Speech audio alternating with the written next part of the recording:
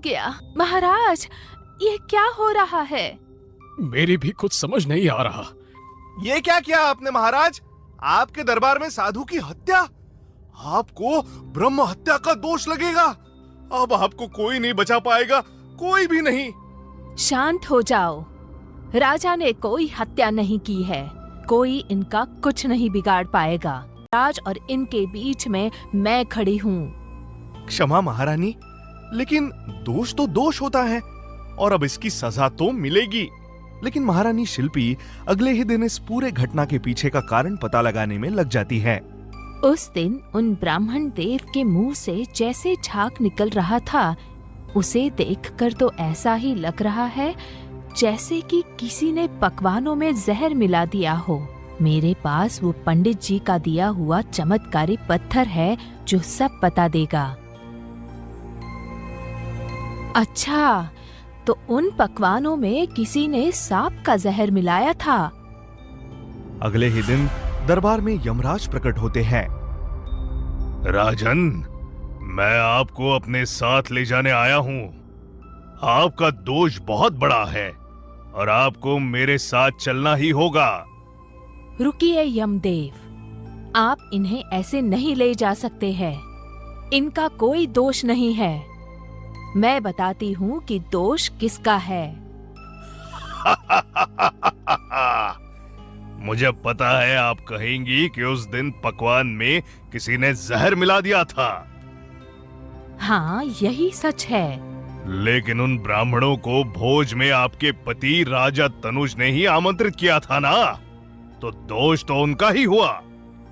लेकिन जहर तो उन्होंने नहीं मिलाया ना। उन रसोइयों को बुलाया जाए। महाराज, हमें कुछ नहीं पता। माना कि पकवान में जहर था, लेकिन जहर हमने तो नहीं मिलाया ना। जहर तो सांप का था। उस सांप को दंड मिलना चाहिए। उस सांप को बुलाया जाए। महाराज, माना कि जहर मेरा था, लेकिन मैंने जानबूझ के पकवान में जहर नहीं मिलाया। वो उस गिद्ध के कारण हुआ जिसने मुझे अपने पंजे में पकड़ रखा था, और उससे बचने के लिए मैंने जहर उगला। गलती उस गिद्ध की है। उस गिद्ध को बुलाया जाए। महाराज, मैंने माना कि मैंने इस सांप को पकड़ रखा था, लेकिन मैं भी क्या करता? अगर इस सांप को नहीं पकड़ता तो मैं क्या करता? मैं तो भूखा ही मर जाता। मेरा उन ब्राह्मणों की हत्या का कोई इरादा नहीं था। मैं दोषी नहीं हूँ। ये तुम लोग क्या कह रहे हो? आखिर दोषी है कौन? यमदेव, आप हमें कुछ दिन का समय प्रदान करें।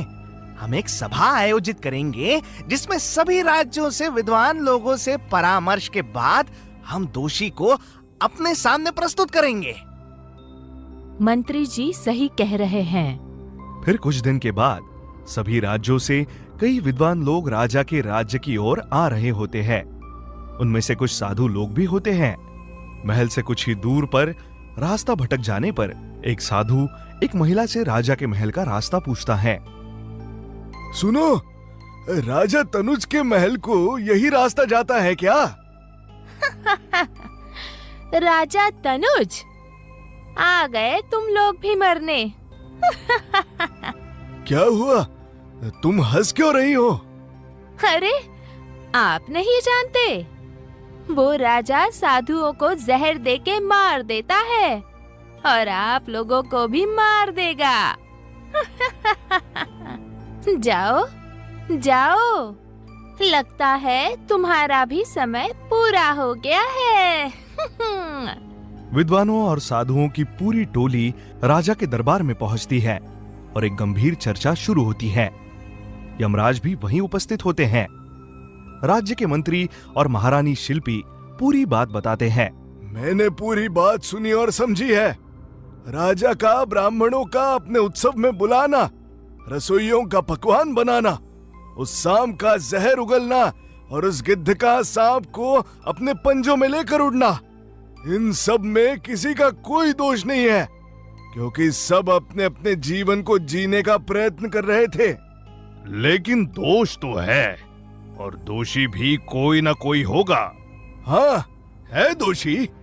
दोषी है वो महिला जो मुझे रास्ते में मिली थी। किसी के अनजाने में किए गए गलती की निंदा करना और किसी का उपहास उड़ाना भी एक पाप है। जब कोई पाप करता है तो उसे बहुत आनंद आता है, लेकिन ब्राह्मणों की मृत्यु से ना ही राजा को, ना ही उन रसोइयों को, ना ही उस सांप को और ना ही उस गिद्ध को आनंद आया। लेकिन उस महिला को इस पूरी घटना पर अवश्य आनंद आया, और इसीलिए वो महिला ही असली दोषी है। इसलिए ब्रह्म हत्या का पाप उस महिला के खाते में जाएगा। अक्सर हम यही